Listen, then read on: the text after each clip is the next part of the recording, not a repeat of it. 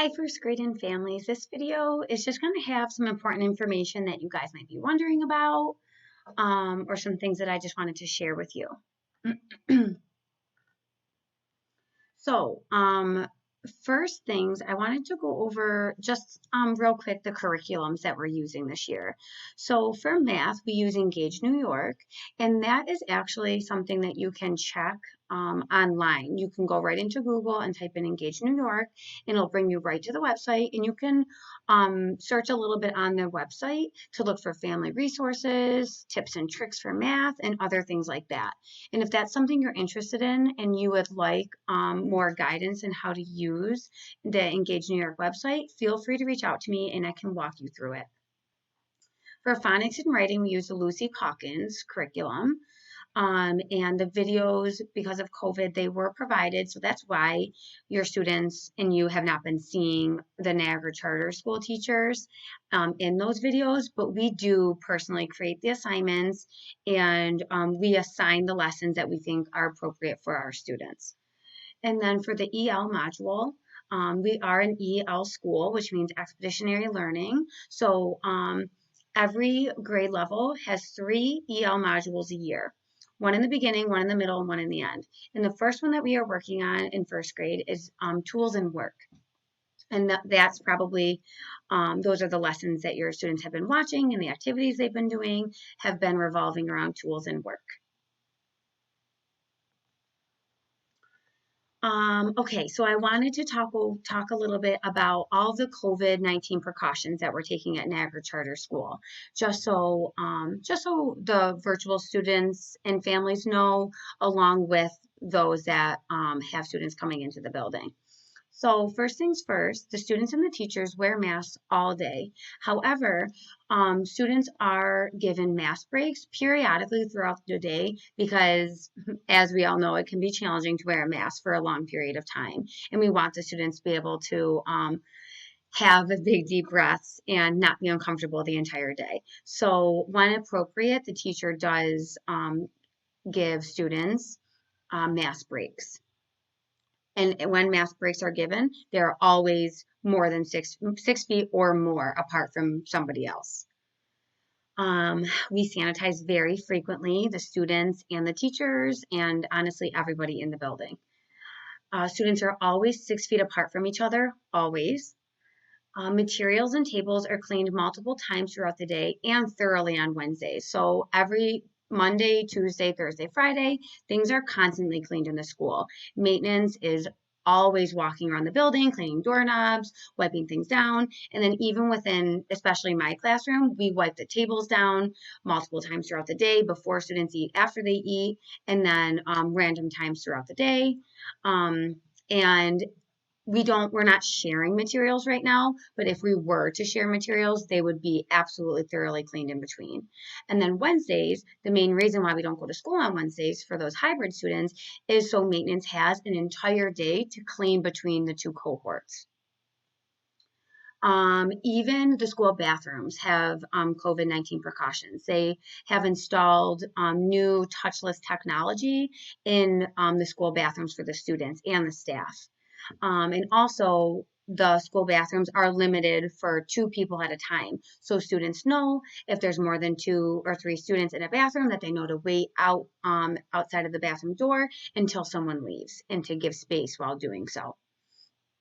In addition to that, our school this year has hall monitors constantly walking around the school all day, maintaining the COVID-19 precautions, making sure students aren't touching anything in the hallway, aren't using the water fountains, are staying 6 feet apart from each other.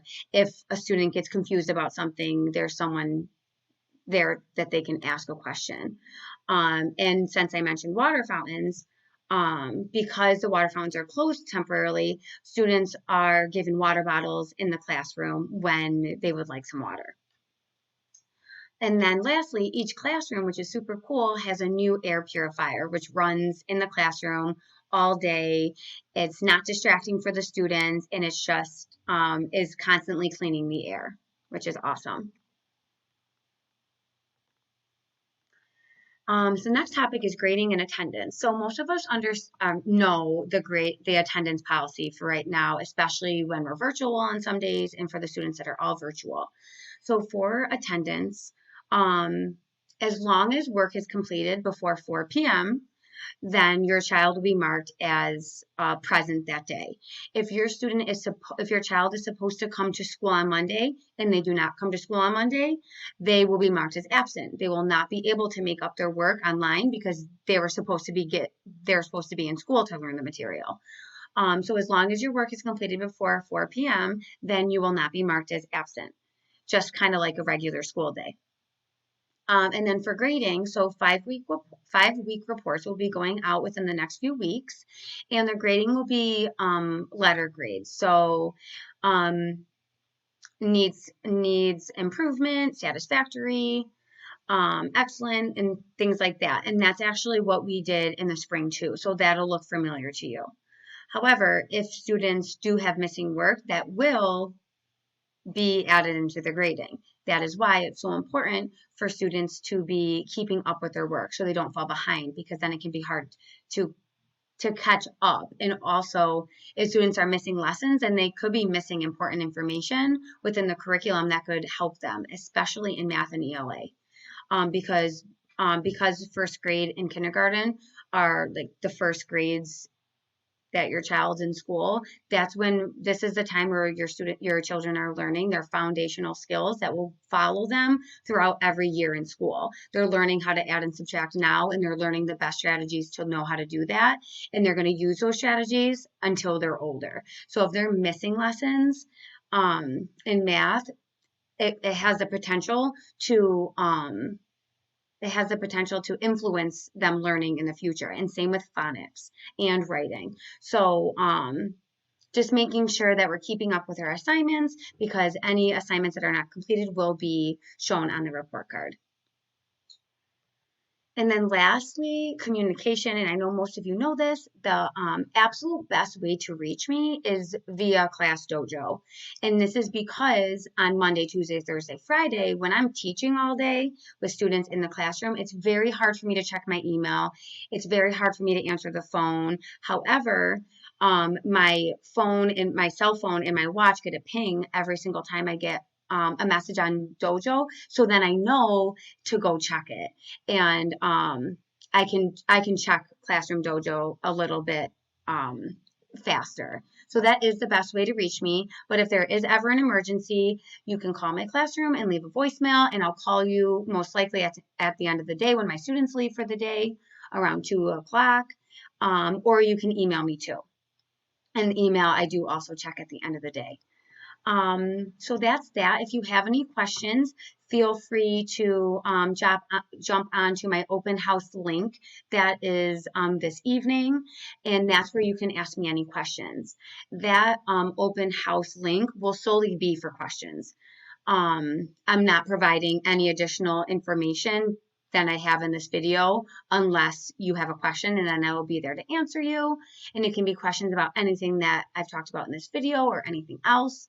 And then also the specials teachers will have their own Google Live link meetings as well. So if you have any questions for like the art teacher, you could join the art teacher's Google Live and ask her questions or anything like that. So I hope this video was helpful. If you need anything else, I hope to see you at the open house video then, where you can ask your questions and I'll answer them. If not, you can always Class Dojo me with any concerns or questions that you have.